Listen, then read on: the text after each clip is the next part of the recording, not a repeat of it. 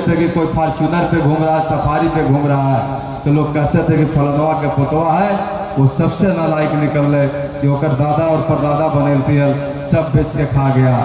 आज वही स्थिति है अपने देश का।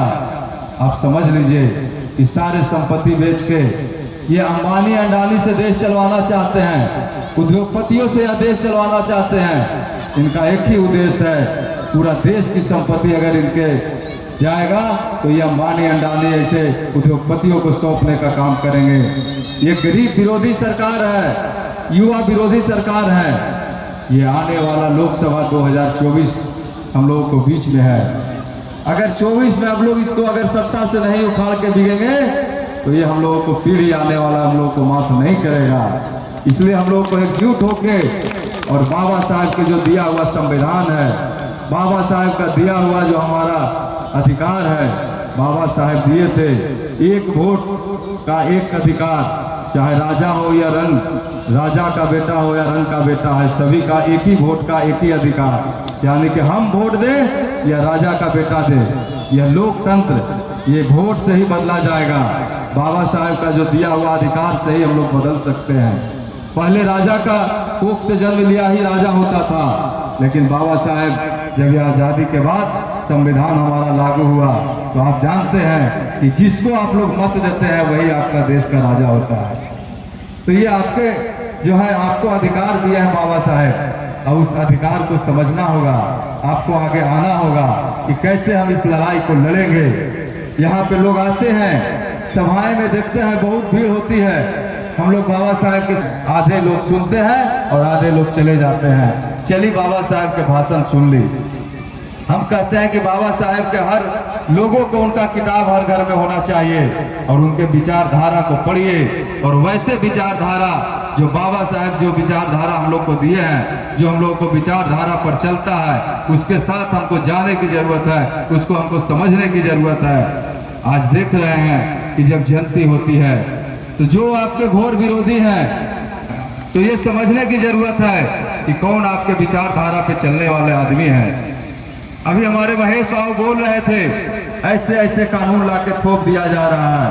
आप 3 काला कृषि कानून को आप लोग सब लोगों ने, पूरा देश के लोग जाने कि वो भी अंडानी और अंबानी के हाथ में, आपके पास जो आपकी जमीन है, आपकी उत्पादन है, वह भी बिक गया था। लेकिन धन्यवाद है कि यहाँ के किसानों ने भाई 1-1 वर्ष तक के वो दिल्ली के बॉर्डरों पर धरना प्रदर्शन किए, अंत में उनका काला कानून वापस लेना पड़ा।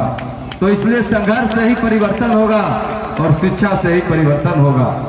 सही बात हमारे भाई रंजीत जी सब लोगों ने बोले, मैं 1 कट्ठा कम कर दूंगा, 1 पैंट शर्ट कम कर दूंगा, लेकिन अपने बच्चे को शिक्षा जरूर दूंगा।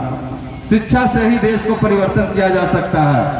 हम लोग यहाँ पे आए हैं, मैं भी एक किसान का बेटा हूँ, किसानों को दर्द को समझता हूँ, और हम लोगों ने जो लड़ाई लड़े, हमारे पिता हमारे पूर्वज और आप लोगों ने जो लड़ाई लड़े, तब आज हम लोग जिस पार्टी से आते हैं, आदरणीय लालू प्रसाद यादव जी के पार्टी से आते हैं, और उन्होंने जो हक अधिकार बोलने का दिए, भाई शुगर चढ़ाने वाले, बकरी चराने वाले, पढ़ना लिखना सीखो और अपना हक और अधिकार की लड़ाई जाकर ब्लॉक में वीडियो के कुर्सी छीन के बैठो और बोलो कि मेरा हक और अधिकार के बारे में।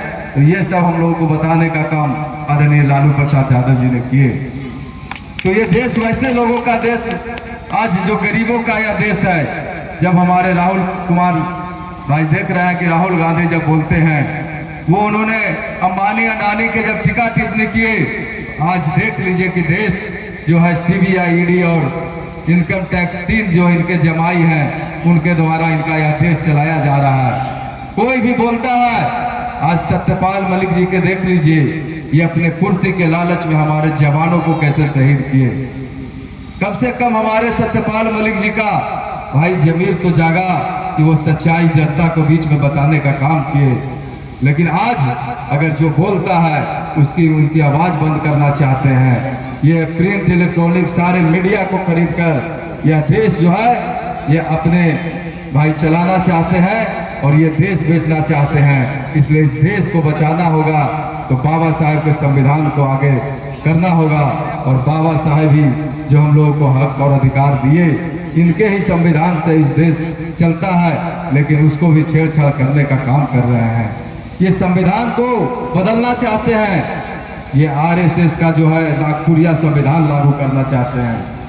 तो ये तब हमारे लोग यहाँ पे जो बैठे हैं इनको समझना होगा, जागना होगा। अगर 24 में इसको हम लोग नहीं पटके तो ये निश्चित ही आपको 25 में देश को बेचने का काम करेंगे।